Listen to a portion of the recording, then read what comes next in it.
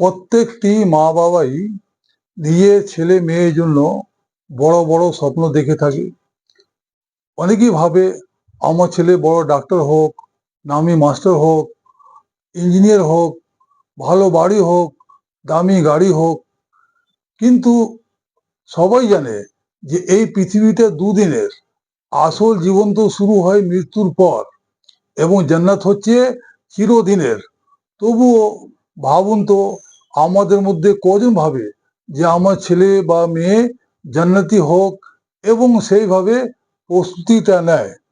তো যাই হোক, আজকে কবিতা বলতে ছোট্ট রাইমটা, তার উপরে লেখা যে আমাদের আয়ু তো খুব কম, তবু আমরা দুনিয়ার চিন্তার মধ্যেই মেতে থাকি। ছেলেটা বা মেয়েটা যে জান্নাতি হোক, কিভাবে জান্নাতি হবে সেটা আমরা একবারও ভাবি না বললেই চলে। তা শুনুন রাইমটা বা ছড়াটা। আমাদের আয়ু আমাদের সবার আয়ু খুব জোর হলে ৮০, তবু আমরা দুনিয়াকে কত ভালোবাসি। এই ৮০-র জন্য কত চিন্তা, কত রকম আশা। জান্নাত পাওয়ার চিন্তা কোথায়, যেটি আসল বাসা।